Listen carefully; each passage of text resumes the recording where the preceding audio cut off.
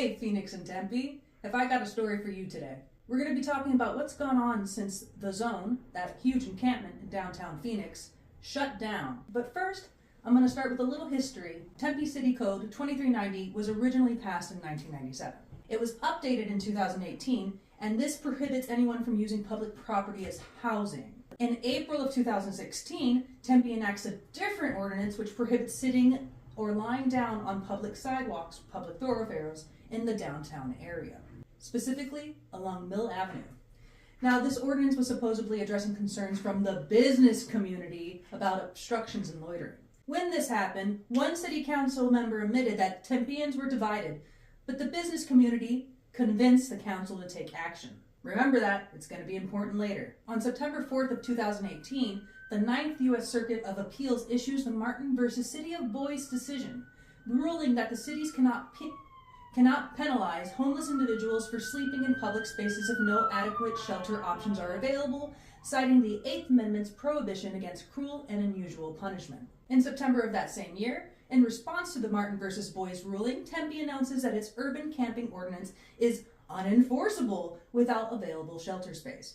The city adapts its efforts to address homelessness while preserving public spaces, supposedly. Jumping to 22, the NHLC, which is the National Homelessness Law Center, writes a letter to the city of Tempe. I write on behalf of the National Homeless Law Center regarding Chapter 23, Article 4 of Tempe's City Code Ordinance and the city's recent treatment of its citizens experiencing homelessness. We received notice that the city of Tempe is even planning on arresting those experiencing homelessness. We are concerned that the ordinance falls afoul of the 9th Circuit's ruling in Martin versus Boise by criminalizing involuntary homelessness as it provides hours of operation for public property, and we urge you to repeal the ordinance, refrain from enforcing the ordinance, and promote housing solutions in Tempe instead. The ordinances were never repealed, they just got enforced as beneficial for those who deemed it necessary, not those who actually needed it. And so I'm highlighting this letter to show you that even when Martin versus Boise was in effect, it was not being adhered to,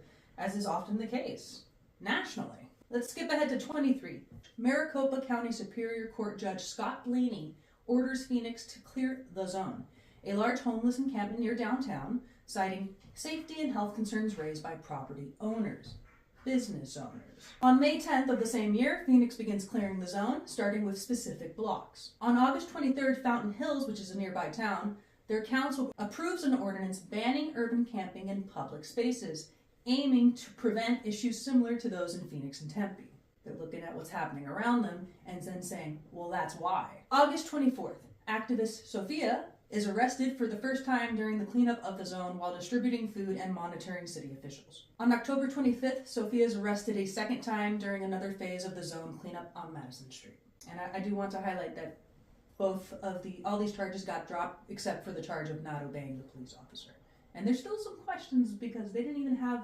Anyways, that's another video. On November 4th, Phoenix meets the court-imposed deadline to clear all 15 blocks of the Zone, displacing nearly 1,000 individuals. June 2024, the U.S. Supreme Court's decision in City of Grants Pass versus Johnson overturns Martin versus Boise precedent, allowing cities to now enforce public camping bans regardless of shelter availability. This barely matters, as nobody was paying attention to it anyways, and was doing whatever.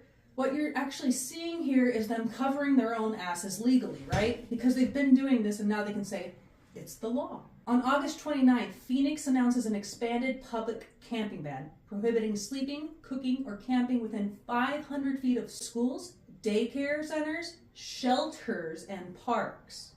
Violations are classified as Class 3 misdemeanor.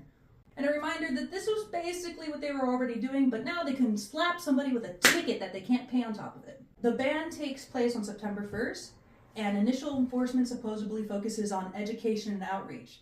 And as I can testify, as police and fire have both asked me if I personally have resources for anybody. I'm a civilian, remember that, guys. I'm a civilian, disabled veteran here, civilian, and that's what the outreach is. They ask me if I can help the people that they're either arresting or giving emergency, health care to. On your tax dollars, by the way. On November 5th, Prop 312 passes. What is Prop 312? So Proposition 312 allows for property owners to apply for a refund from cities and counties for costs that are related to urban camping if the city does not enforce its ordinances. These ordinances it's passing, right? On December 3rd, the city of Tempe is implementing strict enforcement of its urban camping ordinance as a result of the U.S. Supreme Court's grants past decision and the passage of Proposition 312. Tempe bowed to the business owners back in 2016, and Phoenix does the same in 23. These bans are selectively enforced. They can claim this is all for our safety, the public safety, but it's really about control. Why does this all matter? Why did I show you guys Tempe and Phoenix? I live in Phoenix, right? So back in 2016, the city of Tempe basically listened to the business and property owners, right? And in Phoenix, that's the same thing that happened. They listened to the business and property owners. And what I'm trying to highlight here is these businesses and property owners are just greasing their own pockets. They're making everything out better for themselves while stripping away this money that could be used on, collective resources to help people. But instead, they're getting payments. These bans are selectively enforced. They can claim it's all for safety, but it's really about control. They want us to push people out of sight, into the prison pipeline, and then carry on as if they never existed and this wasn't all designed in the first place. Like, really, they're taking away collective resources and putting it into their pockets. So, for cities that claim they are expanding services, there seems to be a huge disconnect in that lip service and reality, which includes criminalization and displacement. If you enjoyed this video, please consider visiting our website and contributing to our causes. Please follow Unsheltered Phoenix on Instagram. That's where my partner Sophia posts more often and where you can see what we are currently fundraising for and who we are assisting and what's going on.